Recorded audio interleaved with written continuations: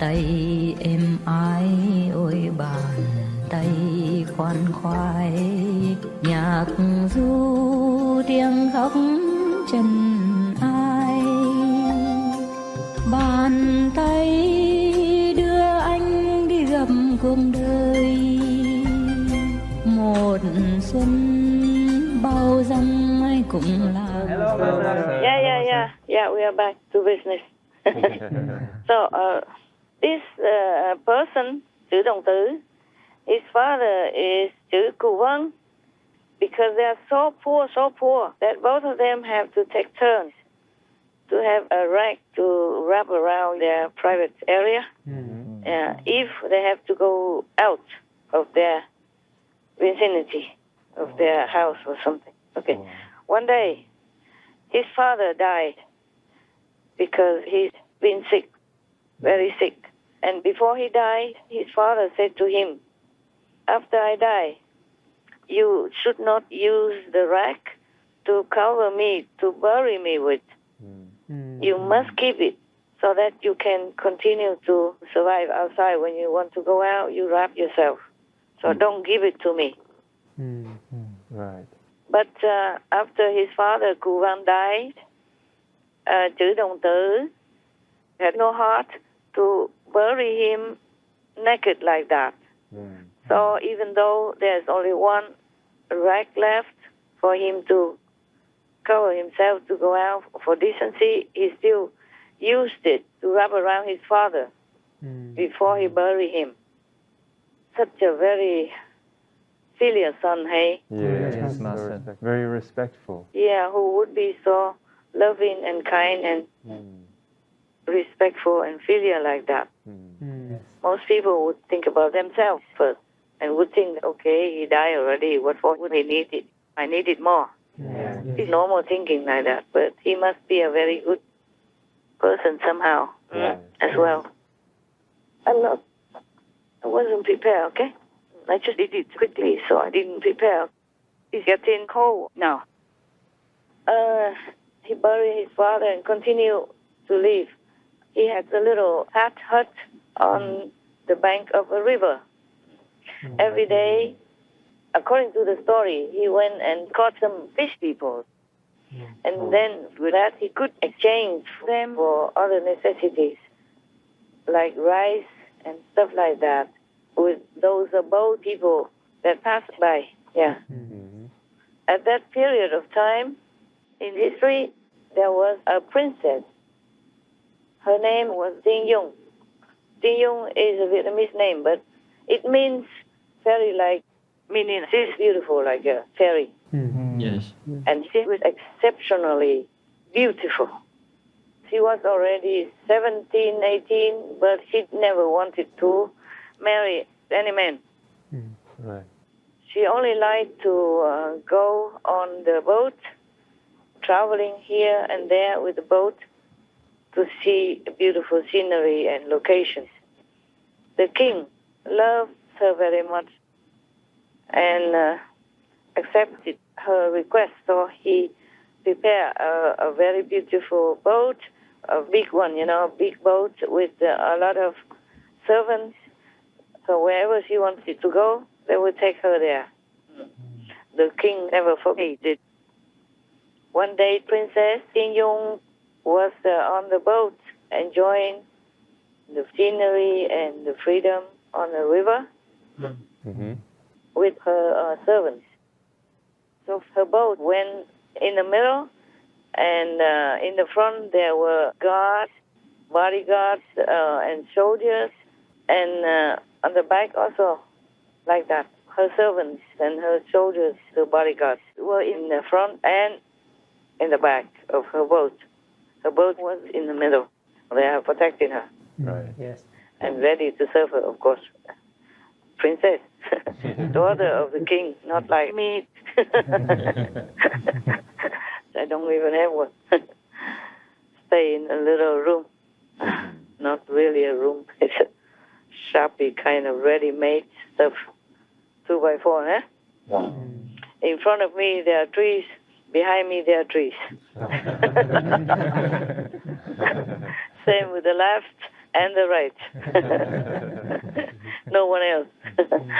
No bodyguard, no soldiers, nothing. Tree gods.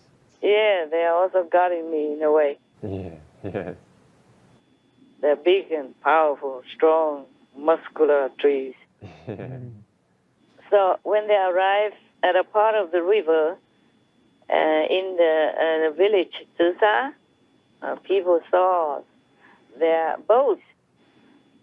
It looked like they covered the whole river, the whole river part of that area. Probably many boats, yes. Right. Because she has one boat, but different, yeah? And the other boats belong to her retinue. The servants and all that, yeah? Men and women and soldiers. Tử Đồng Tử saw it.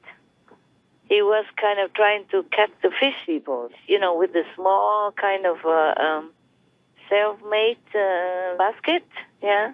They put it in the water and then the fish come in, but they cannot go out, those small things like that. But when he saw so many boats and so many soldiers and all kinds of very impressive crowd like that, royalty. So he was so scared, he threw away his basket that he used to catch the fish people. Anybody knows that kind of basket that they put in the water and then the fish come in? It's just a small catch, It's not like a net or anything. Anyway, it's a kind of basket you can see through, but there is only one way because the mouth is big and it gets smaller inside. So the fish people can go in easily but can't come out. They're trapped. Yeah, cannot get out. It gets smaller inside, so the fish people can easily maneuver to come in, but when they come out, they cannot. So that's how they catch the fish people. Not a lot. But that's all he could have. But even then, he saw so many soldiers and people and such a royal, impressive crowd like that on the river, so he threw his fishing device trap and then ran away. But he could not go very far because over there it's like a sandy river bank, and there's nowhere else he could run fast enough. So he went onto the river bank, but he kind of dug a hole in the sand, and then he buried himself in there, using sand to cover him as much as he could. The princess saw that it is a very beautiful river bank, and then here and there were some big trees that had good shade, very comfortable and very cool. So the princess loved it. So she ordered all her boats to anchor on the river bank.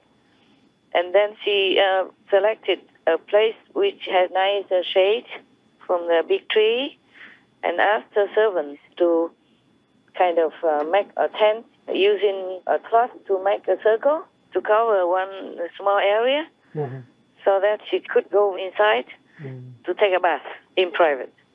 She went inside, took off all her clothes, and then she stayed there splashing around, swimming a little bit. But she didn't know that wherever she was at that time, with even all the clothes hanging around her, it was exactly where Tử Đồng Tử was covering himself with the sand. Yeah. The way she was splashing around and digging the sand, and after a while, all the sand ran away. And revealing that man. So she saw him with all his splendor in the birthday suit. The princess was so startled and shocked and asked him, what is he doing there all naked like that? So Tử Đồng Tử told her that he didn't have any clothes. And then he saw her retinue and boats and soldiers like that, so he was so scared, so he had to bury himself in the sand to cover himself, to hide. And then the princess told him, I have vowed never to marry or have anything to do with any man, but it looks like heaven arranged this by destiny. And now that I have seen you there, I realize that I cannot go against heaven's will. Yes. So then she asked him to bath himself. He gave him all the necessities, soap and all that, I guess, yeah, shampoo. And then she asked the servant to bring him clothes. And they brought him to her boat. And then she asked her servant to prepare a wedding feast and ceremony. Wow. But chữ đồng tử expressed his refusal because he didn't feel like he's worthy to be the husband of the princess. You know, he's so poor. Yes, Master. He had not even a rag to cover himself. How would he dare to think, even in his dreams, like that, even though she had expressed her willingness, yeah? That he refused. Mùa đông khăn tang mây bỏ đường dài, bàn tay thương nhớ ôi gầm trong băng giá là lung cây khẽ